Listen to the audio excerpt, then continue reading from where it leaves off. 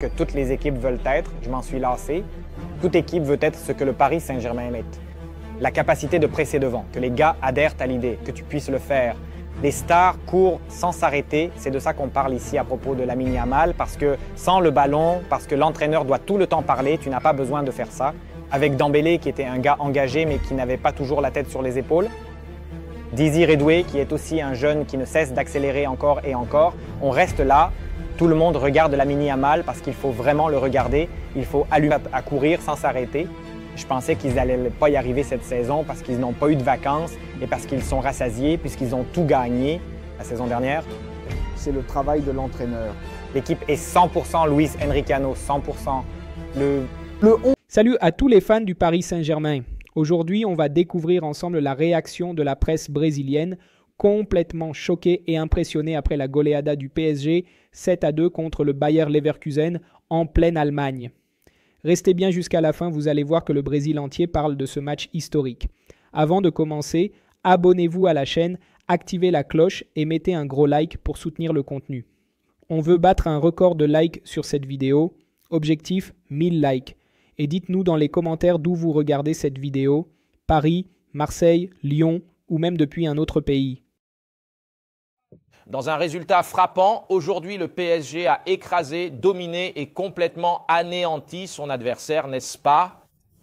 Mettez les images du match à l'écran parce que mes amis, c'est une victoire gigantesque et ce n'était pas à domicile. Hein? C'était à l'extérieur. En Allemagne? Oui, Leverkusen s'est retrouvé à jouer en infériorité numérique. Cela a évidemment eu un impact sur le score, mais le Paris Saint-Germain a mis un C au PSG. Et tu as joué ce jeu, Renatinho? Non, et Leverkusen s'en est retrouvé avec moins, mais d'environ 15 minutes aussi, car après, le PSG a aussi Zabala expulsé, exclu. Donc le match en général, la première mi-temps a été très folle parce que le PSG mène 1-0. Et là, il garde donc le contrôle, continue à attaquer en attendant juste le moment pour marquer un autre but. Puis il y a l'expulsion du joueur du Leverkusen, c'est un coup de coude d'Hendrix, genre en marchant dessus. Et l'arbitre est allé à la VAR pour expulser? Oui, il y est allé. C'est parce qu'il a d'abord mis un carton jaune, puis il a fini par mettre un rouge. Ensuite, le Leverkusen rate un penalty. Dans la foulée, il y a un autre penalty et l'expulsion de Zabala. Et là, le match passe à un partout. Sauf qu'au moment où c'est un partout, 10 contre 10, la fin de la première mi-temps du PSG, c'est but sur but. C'est un but après l'autre. Et franchement, ce qui attire le plus l'attention dans cette équipe, pour moi, ce sont deux choses. D'abord, Luis Enrique travaille avec un effectif réduit, avec plusieurs joueurs qui évoluent entre le PSG.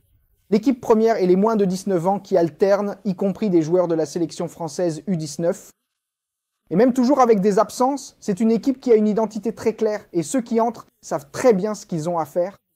Et l'autre aspect qui pour moi est incroyable dans cette équipe, c'est sa capacité à presser, sa mobilisation, c'est à quel point c'est une équipe humble sans le ballon. C'est une équipe travailleuse sans le ballon.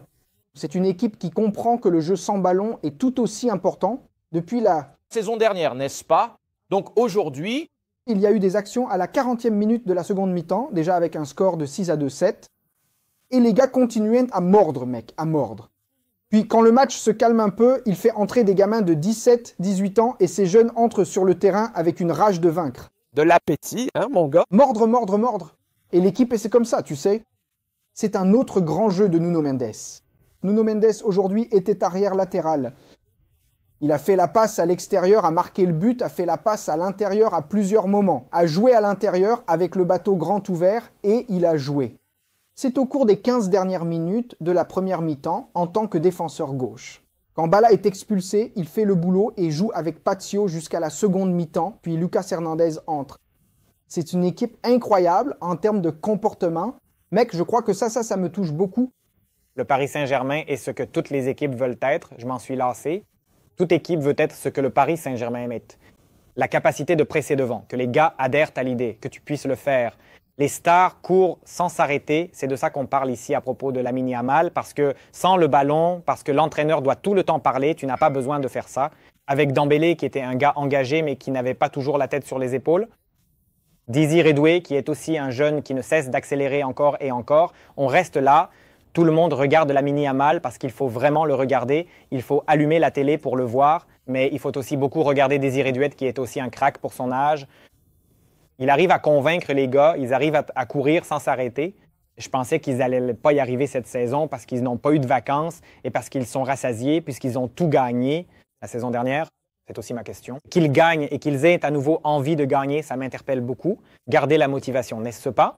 Alors, en plus, ils viennent de faire match nul 3-3 en championnat de France et ont perdu contre l'Olympique. C'est un championnat de 34 journées qu'il va gagner, quoi qu'il arrive. Donc, il peut baisser le rythme et ensuite remettre le rythme en Ligue des Champions, chose que Liverpool, Arsenal, l'Atlético de Madrid, Barcelone, juste pour citer ceux dont on a parlé, ne peuvent pas faire aujourd'hui. Lui, il peut le faire dans son championnat, mais si tu demandes à n'importe quel entraîneur aujourd'hui ce qu'il veut que son équipe fasse, le Paris Saint-Germain le fait, à moins d'être un entraîneur défensif. C'est le travail de l'entraîneur. L'équipe est 100% Luis Enrique, 100%. Le 11 de départ du PSG avait aujourd'hui une moyenne d'âge de 22 ans. Notre. Et nous avons dit, L'an dernier, cette équipe va encore. grandira. Cette équipe est Beaucoup plus Luis Enrique que le Barcelone qui a tout gagné avec lui en 2015. Cette équipe-là, c'était l'équipe du trio MSN. Cette équipe est le reflet de ce qui croit être le football, c'est l'équipe. par Luis Enrique. Et ça. Et cette question n'est pas négociable, mec. Parce que Doué lui-même, par exemple, est un joueur qui, sans le ballon, donne quelque chose. Mais vous voyez son comportement dans le jeu aujourd'hui. Vous connaissez l'autre gars qui, parfois, je pense qu'il est un peu... C'est un peu négligent, ça donne un peu la Barcola. Barcola, aujourd'hui, mec, mettait la pression sur... Dans le match... Contre Barcelone, quand il inverse Barcola de côté et qu'il laisse Malulo pour marquer le côté gauche de Barcelone, le Paris Saint-Germain commence à gagner le match à ce moment-là. Oui, tu sais, qui aide à faire la pression sur Koundé. Et le ballon n'arrive plus à Lamine et à Mals.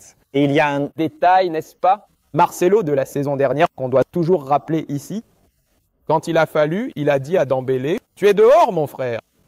Soit tu fais comme je veux, soit tu ne joues plus ici. » Et là, il a montré. Où les joueurs font ce qu'ils veulent, ils rentrent dans le rang parce que ce Paris Saint-Germain qu'on voyait il y a quelques années, où c'était la fête, celui que tu ne Respectez pas, qui était un vrai cirque. Celui qui ne se respectait pas, c'était Paris Saint-Germain, pas moi. Maintenant, il est respecté, bien sûr.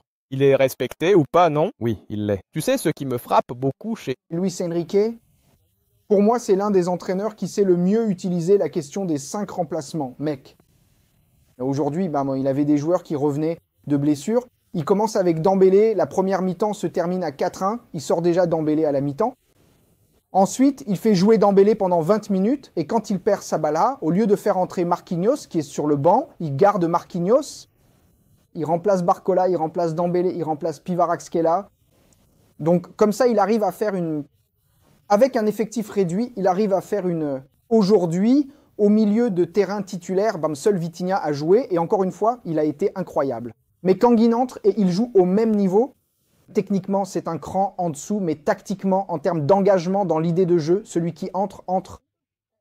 Si tu regardes le match, il y a des commentaires à moi à partir de la 35e minute où je dis à Vitão, je l'interromps et je dis à Vitor Lopez. Regarde-les, Vitor. Les gars sont en train de presser. Ils pressent encore. Regarde cette folie. Le ballon arrive sur le côté et tout le monde.